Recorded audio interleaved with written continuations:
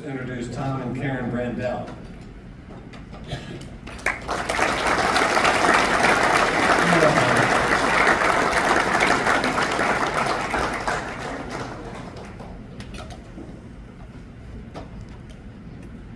So I'm a teacher and a coach, and I speak a lot, but not in this manner, so I'll do my best. First, I would like to thank the Leader family and Felicia Fleming for asking me to speak today at this wonderful golf outing. I did not know Zach, but I've heard a lot about him from my good friend Ken Sinisi, who was Zach's high school football coach. As Disney would say, it's a small world. When I started to put this speech together, my Aunt Valerie said my cousin Ben was a freshman at University of Maryland with Zach, and they happened to be in the same communication class and worked on a group project together. My cousin Ben said Zach was a great guy who was always very positive. You can see Zach's spirit through all the great people here today. On March 31st, 2022, my wonderful wife, Karen Brandel, was diagnosed with glioblastoma at Howard County Hospital and then sent to Johns Hopkins. Karen's the mother of 3 great kids, Thomas, Matthew, and Katie. She was a special education teacher for 19 years and 7 months at one of the neediest elementary schools in Howard County. Karen spent the first 20 years of our marriage being the CEO of our family. She was the team leader at school, and she always made sure her students, teachers, and family had what we needed to be successful. Glioblastoma is one of the most aggressive and most common forms of brain cancer. It has very poor prognosis. No one ever expects this to happen to them. Karen's only sign was that something was wrong was that she had headaches for 8 days. When I found out the diagnosis, I passed out in the emergency room and ended up on the bed next to her. But Karen was not fazed by the diagnosis. Her priority was that she didn't want our kids' lives to change.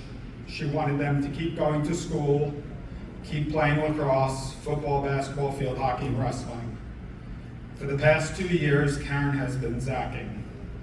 If you did not know, zacking represents strength, courage, determination, and hope.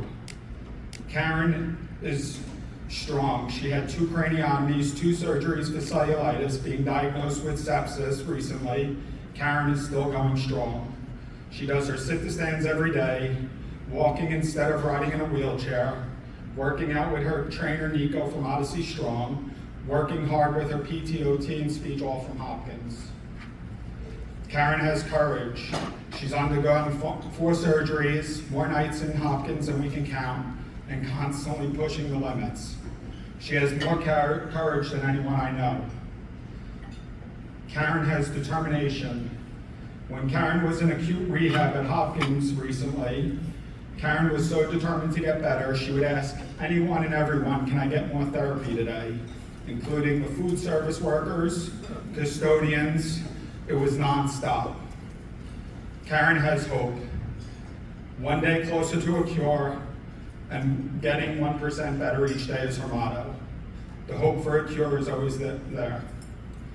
Zacking Against Cancer is different than any other cancer organization. I've called them all. Zacking takes care of patients and their families. They literally help everybody. Many other organizations focus on research, which is great, but Zacking makes a difference in the lives of families that are going through this in so many different ways. Karen finds the silver linings in this diagnosis. She even created a book of silver linings. She says it's volume 1, and she said I needed to bring it with me today. She said she'll start volume 2 soon. Zacking Against Cancer is one of those silver linings that we have seen. Last summer, our family benefited from a zacking experience. Karen has been the ultimate lacrosse mom for the past decade. She even kept stats on the sidelines for the teams. One of her goals was to go to as many of our kids' lacrosse games as possible. She made it to 2 this past weekend. With fields being very hot, and one of the tournaments being in Lake Placid last summer, we didn't know if that would be realistic. Zach Ing Against Cancer provided our family with an RV to take to the fields for almost a week span. This allowed us to have a comfortable place to cool down, a bed to rest in, and just a really unique experience that our family will always remember. The cover photo of the book is from our Lake Placid vacation. I greatly appreciate each and every one of you for taking the time to listen to me and supporting this fantastic organization that supports people in so many different ways. Thank you.